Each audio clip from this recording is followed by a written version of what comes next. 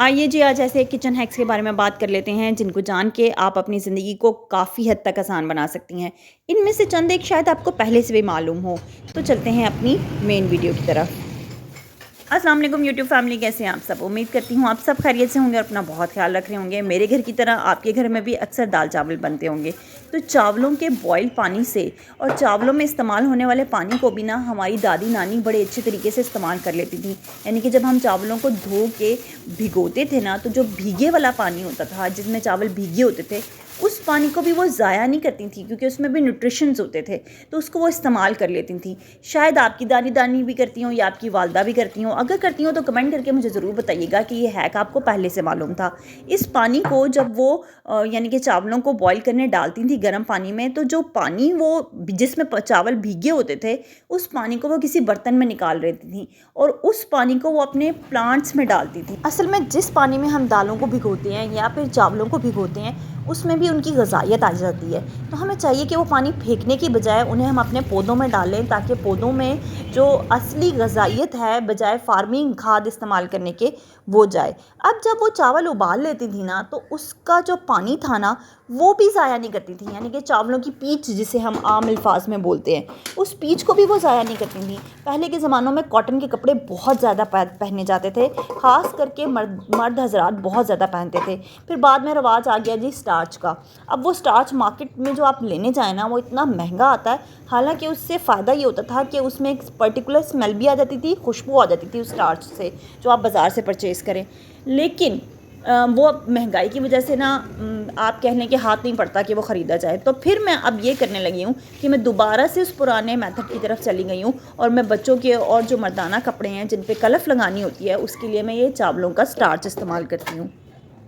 अच्छा, बाज़ औक़ात ना आपके घर में भी ये एतराज़ आता होगा कि भई ये जो टमाटर के छिलके हैं ना, ये मत डाला करो ऑमलेट में या खाने में, ये गलते नहीं हैं और ये साबुत-साबुत रह जाते हैं और ये बड़े बुरे लगते हैं। मेरे घर में भी ये प्रॉब्लम है। तो मैं करती क्या हूँ कि जितने भी टमाटर आते हैं ना, उनमें से अक्सरियत को मैं फ्रीज़ कर देती हूँ और जब खाना बनाना हो तो उससे कोई 5 मिनट पहले इस तरह से टमाटरों को भिगो देती हूँ।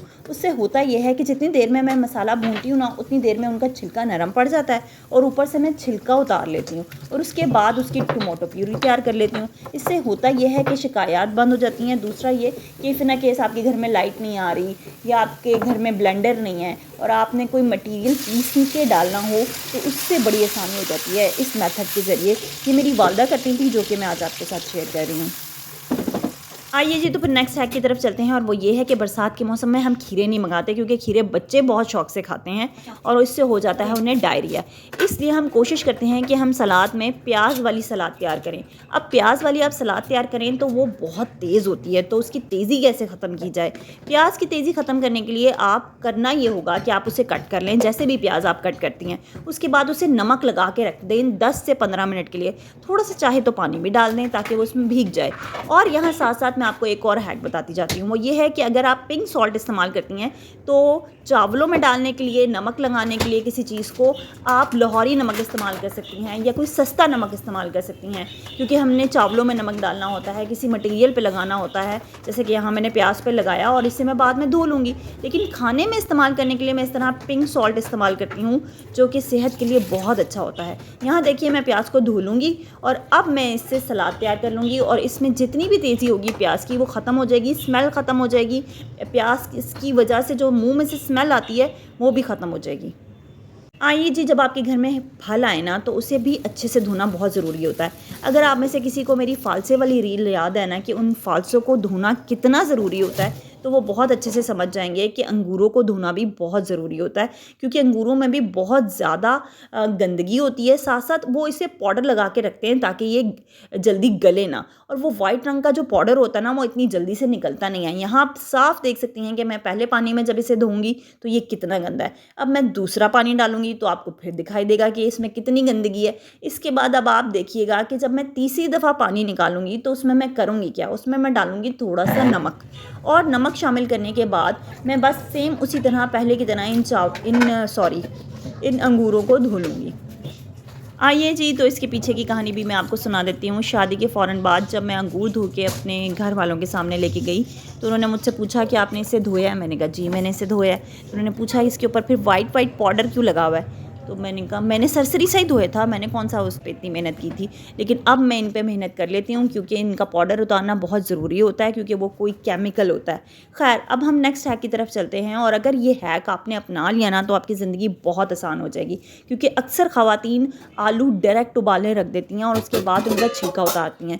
गरम गरम छिलका उतारने से उनके हाथ भी जलते हैं और मेहनत तलब भी होता है। तो क्यों ना पहले छिलका उतार लिया जाए और उसके बाद आलूओं को बॉईल किया जाए, इससे बहुत ज़्यादा आसानी हो जाती है आलूओं को मैश करने में। अब यहाँ देखिए, मैं आपको जो तरीका बताने लगी हूँ कि अगर आपने चिकन को जल्दी डीफ्रॉस्ट करना हो तो उसमें आप थोड़ा सा सिरका, जो हम आम सिरका घर में इस्तेमाल करते हैं, वो शामिल कर लीजिए। इससे 2 फ़ायदे होंगे। एक तो ये कि आपका जो गोश्त होगा वो जल्दी डीफ्रॉस्ट हो जाएगा। दूसरा ये कि गोश्त में जो खून रह जाता है वो भी निकल जाता है। यानी कि ये 5 मिनट की गेम है जिससे आपका काम बहुत आसान हो जाता है। जल्दी से गोश्त भी डीफ्रॉस्ट हो जाता है और वो बहुत अच्छे से नीट हो जाता है, उसमें से स्मेल भी ख़त्म हो जाती है। और फिर आपने यहाँ देखें, मैंने जो आलू बॉयल किए हुए थे उनको मैं कितनी जल्दी आसानी से मैश कर लूँगी। ये मेरे पास इस वक्त मैशर ना दूसरे किचन में था और मैंने वहाँ जाने की ज़हमत मुनासिब नहीं समझी, तो इस वजह से मैंने यहाँ फोक से ही इन्हें मैश कर लिया। आप चाहें तो हाथ से भी कर सकती हैं। और यहाँ मैंने कबाबों का मटेरियल भी तैयार कर लिया था और आज मैंने, आपको पता चल गया होगा कि मैं कौन से कबाब बना रही हूँ। जी, तो सर्दियाँ आने वाली हैं और सर्दियों में जब हमने चावल, दालें या जो इस किस्म की चीज़ें भिगोनी होती हैं ना, तो बहुत टाइम टेकिंग होती हैं। तो अगर आप अपने वक्त की बचत करना चाहती हैं तो आप लें एक हॉट पॉट, उसमें डालें अपने चावल, दाल या जो भी आप चीज़ भिगोना चाहती हैं, और आप उसमें थोड़ा सा गर्म पानी डाल दें। बेशक ओवन में से गर्म करके डाल दें और उसे अच्छे से बंद कर दें। आप यकीन मानें 10 से 15 मिनट में आपकी दाल ना फूल जाएगी। चने की दाल हो, जो हो, चावल हो, सब फूल जाएंगे और बड़ी जल्दी कुक हो जाएंगे, क्योंकि आपको पता ही है कि सर्दियों में गैस प्रॉब्लम होती है। तो मैं उम्मीद करती हूँ मेरी वीडियो से आपको कुछ ना कुछ सीखने को ज़रूर मिला होगा। अगर कुछ भी सीखने को मिला हो तो प्लीज़ मेरी वीडियो को लाइक कीजिएगा, चैनल को सब्सक्राइब कीजिएगा और ये वीडियो आगे भी शेयर कीजिएगा। अब मुझे दीजिए इजाज़त। इंशाल्लाह आपसे नेक्स्ट वीडियो में मुलाकात होती है। अपना बहुत ख्याल रखिएगा। Take care. अल्लाह हाफ़िज़।